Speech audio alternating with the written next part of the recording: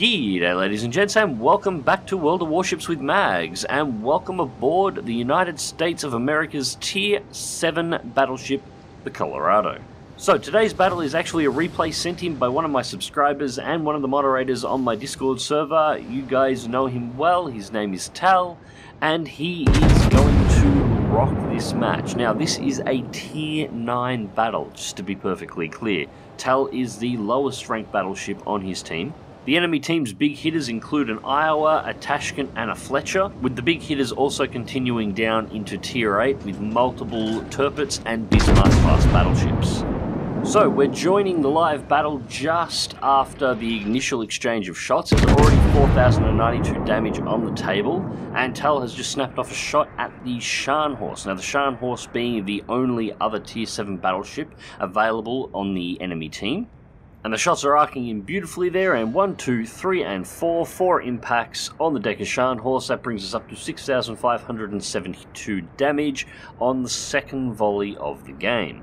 Now we have quite a lot of targets here. As you can see, we have the Scharnhorst, we've got a Tirpitz, we've got the Iowa sailing down as well. That is probably the biggest threat and will have to be dealt with reasonably soon. But for the moment, the Tirpitz has presented itself, and Tal has just sent a beautifully arcing volley in its direction, and 1, 2, 3 impacts, 12,276 damage non-citadel, and that brings Tal up to 18,800 damage for the moment, and that Tirpitz is going to be feeling it. Now at this point, Tal has definitely got the enemy team's attention, but he is also one of the only people north of Seacap.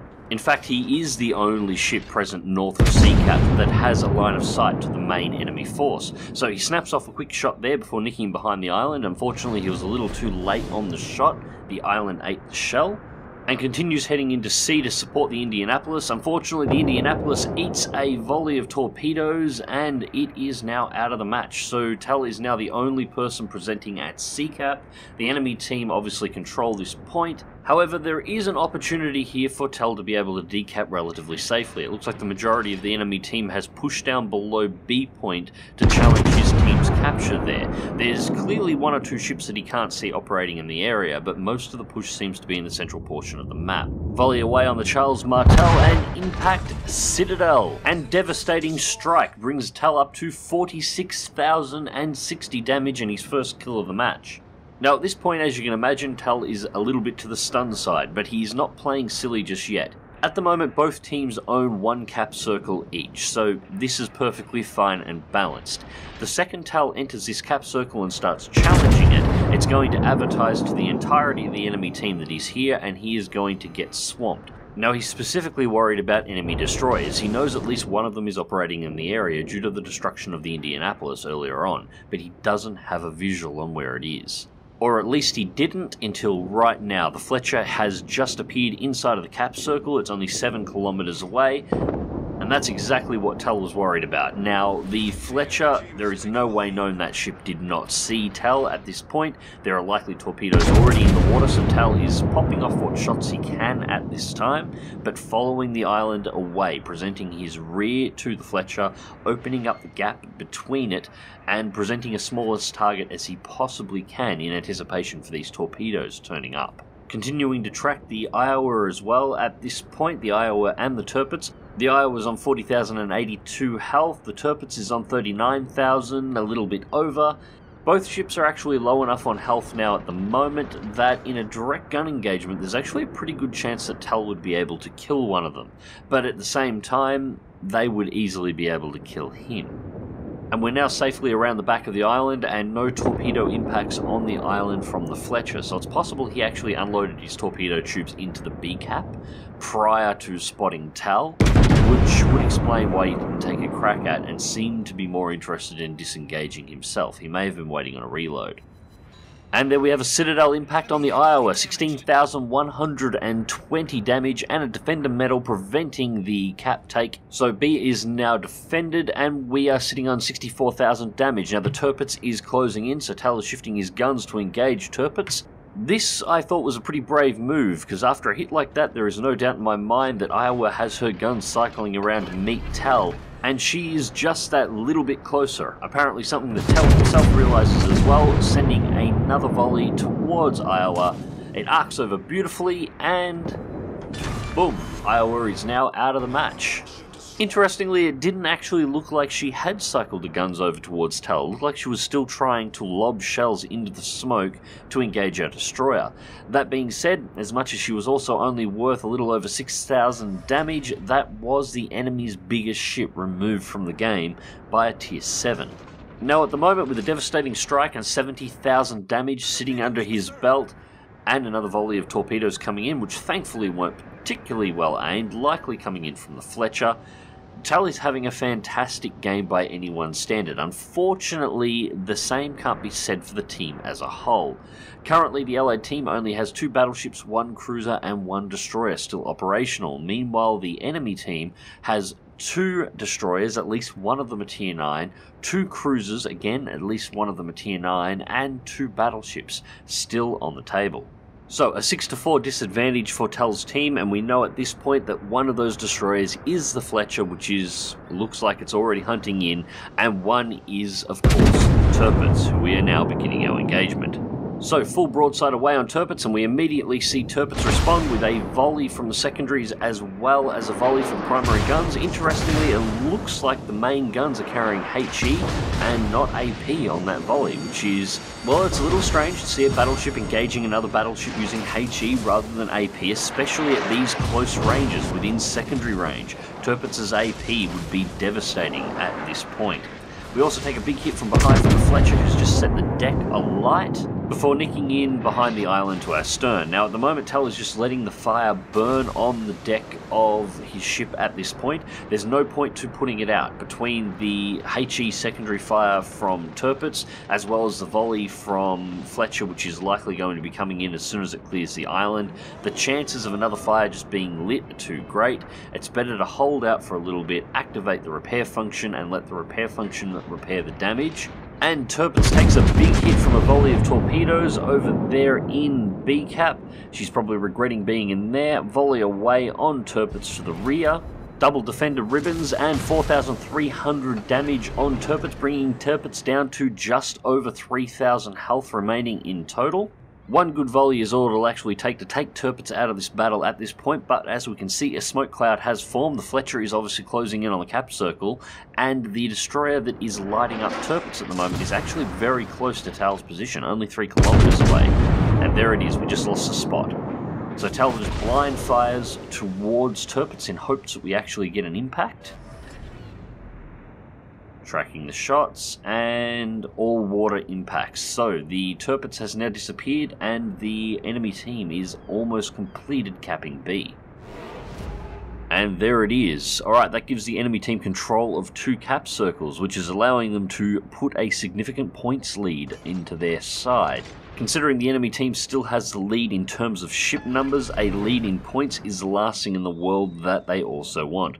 So, the destroyer is moving back in to try and light back up the targets, and Tal's just activated his spotting plane. Now this will give him a much better down angle when firing the shots, making him a hell of a lot more accurate when firing, but unfortunately he cannot see his own ship, and he's just taken a big impact to the side, likely from Tirpitz that's resulted in a citadel. But with Tirpitz just having fired her guns, there's nothing she can do until a reload completes, which is more than enough time for Tal to fire off his next volley towards Fletcher using the spotting plane, and 4 shell impacts, 9,320 damage, immediately followed up with a volley from the Ugamo, and that is the Fletcher out of the match. So, the only ship over here to look for at the moment should be Tirpitz. And we know that Tirpitz is still here and somewhere just on the other side of that smoke cloud, because at the moment the Ugamo is in the middle of the B cap and it is not capping at this point, which means Tirpitz is inside of the cap circle somewhere and holding, and there she is. Spotting plane still active at this point. It looks like she's just starting to accelerate. Torpedoes will already be in the water from the Ugamo, volley away from the Colorado. And yep, we can see the 2 spreads of torpedoes coming in and the volleys from Tal. Only a single shell hit as she was beginning to maneuver against the torpedoes. Currently sitting on 97,000 damage, which is pretty bloody impressive considering this match lineup at the moment.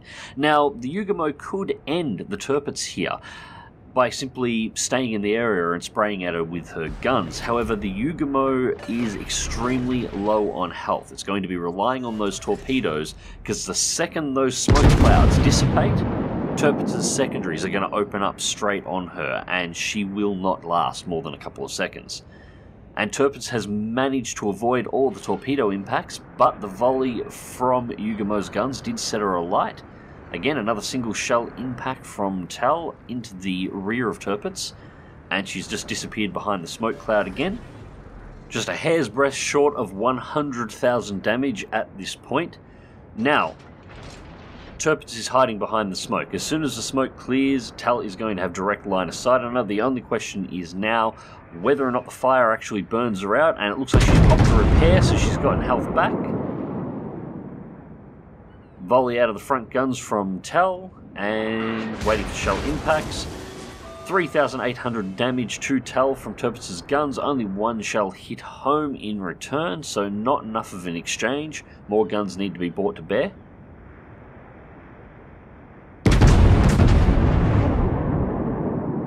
Another volley coming out of the back of Tirpitz, another volley away on Tirpitz. Angling the hull against the shots from Tirpitz, but her guns are just ripping chunks out of Tal's boat. 2 shell impacts this time, pushing us over 100,000. Unfortunately, it looks like none of Tal's shells from that volley happened to sink home.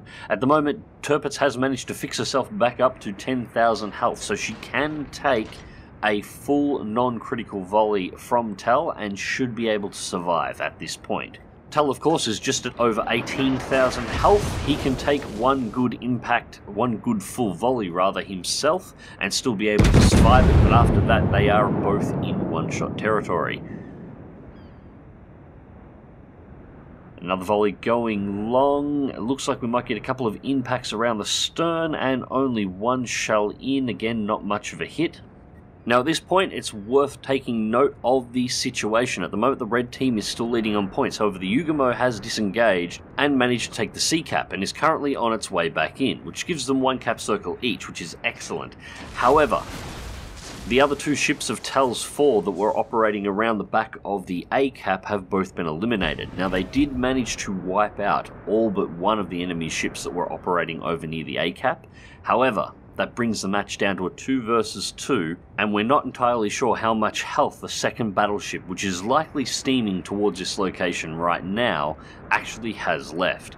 The longer this fight with Tirpitz lasts, the more likely Tirpitz is to push Tal into one-shot territory where the Yugamo is already sitting. And that looks like a beautifully clean volley, and Citadel Tirpitz has been eliminated. 114,587 damage at this point, and we managed to bounce most of the return fire. So, for the first time in this match, Tal's team actually has the advantage, and it's 2 versus 1, a Yugamo and the Colorado versus an unknown battleship. Now, both Tal and the Yugamo are capping out the B cap at this point in time, and we know exactly where the enemy battleship is. Well, not exactly, but close enough. It's currently in the A cap, attempting to cap out that circle and try and drag the match on, and there it is. And of course, it's the Scharnhorst, the same Scharnhorst that Tal engaged at the very start of this battle. A Tier 9 battle that largely comes down to 2 Tier 7 battleships to define victory. So, volley away and impacts on Scharnhorst, bringing us up to 22,000 damage and a defender medal preventing the cap. The Yugamo is closing in, return fire HE on the Colorado, sets it alight. Now at this point, Tal is actually out of repairs. The last one has been cycled through. However, he's more focused on trying to get the next volley into Scharnhorst at this point. Another wave of HE shells coming in. Playing with HE at this point is actually not such a bad idea. With all the ships being on so low a health, a fire could be a devastating proposition. Now, Tal just seems to be letting the fire burn at this point. I personally, at this point, would have popped my repair function, especially considering I have no repairs left at this point. But another volley in, trying to sneak a shot over the top of the island and impact on Scharnhorst. Still sitting on 127,000, looks like 2 shell impacts pushed us up to 130,881. However, the match has not ended yet, so the Scharnhorst did survive that volley. Now with at least another 3,000 damage on from Tal's volley there, the Scharnhorst should have nothing left, and in fact 1,412 health remaining. Yugumo is already lining up the guns, Tal's lining up his own. Tal's volley's away.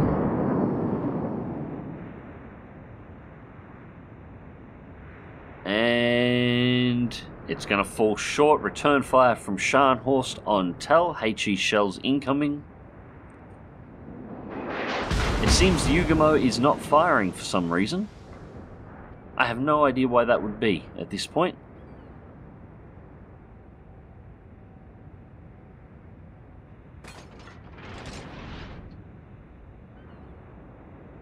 It looks like Scharnhorst is trying to bring herself to a stop, or she's clipped the edge of the island. Either way, she is stationary. She's starting to back up. The Yugumo has finally put her shots in. Second volley out of the Yugumo. Down to only 521 health. Next volley comes in, and boom, there she goes. So with the match over, let's check out the results. And Tal's Tier 7 Battleship comes in first place for the team with 3 kills and 2,540 base experience, which is absolutely phenomenal, which equals 11,430 experience points with all bonuses applied, 425,224 credits, generated from the 130,881 damage applied in the match. And we had 48 target shell hits, 1 incapacitation, 3 ship destructions, 4 citadel hits, 6 defender medals, and 1 assisted capture. Not to mention, of course, the devastating strike, which is just the icing on the cake. So anyways, ladies and gents, I hope you enjoyed this video, and thank you very much for watching. It was a real pleasure to be able to share Tal's battle with you guys here on the channel. I think it was fantastic overall. If you guys have any battles that you would like to share with me and have me share with the community at large, send them through to MagzGTVReplays@gmail.com. Email address is on the screen right now and also available in the video description down below. Be sure to send any replay files with screenshots of the result card, otherwise I cannot see exactly what happened within that battle and exactly how well you performed, and a breakdown of the battle if you wish to would be nice as well, but it is not necessary. Anyways, ladies and gents, until next time, click that like button, subscribe if you want to see more, and as always, I'll catch you in the skies.